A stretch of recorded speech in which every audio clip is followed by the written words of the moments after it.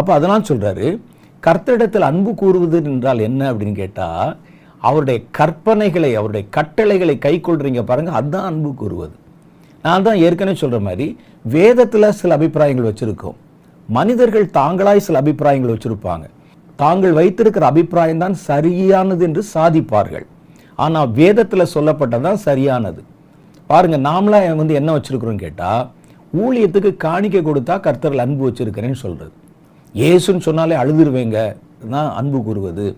இயேசுவை பற்றி யாராவது சொன்னால் எனக்கு கோவம் வந்து நான் அடித்து போட்டுருவேன், ஏன்னா அவர் மேலே எனக்கு அவ்வளவு அன்பு அப்படின்னு சொல்லுவோம். சிலர் நான் இயேசுவுக்கு நிறைய அள்ளி கொடுக்கிறேன், நான் ஆண்டவருடைய பாதத்தில் ஜெபம் பண்ணுகிறேன், அவரிடத்தில் அன்பு கூறுகிறேன். அவர் என்ன சொல்கிறாரா, சிம்பிள். அன்பு கூறுவதுன்னா என்னன்னா, தேவனுடைய கற்பனைகளை கை கொள்வதே.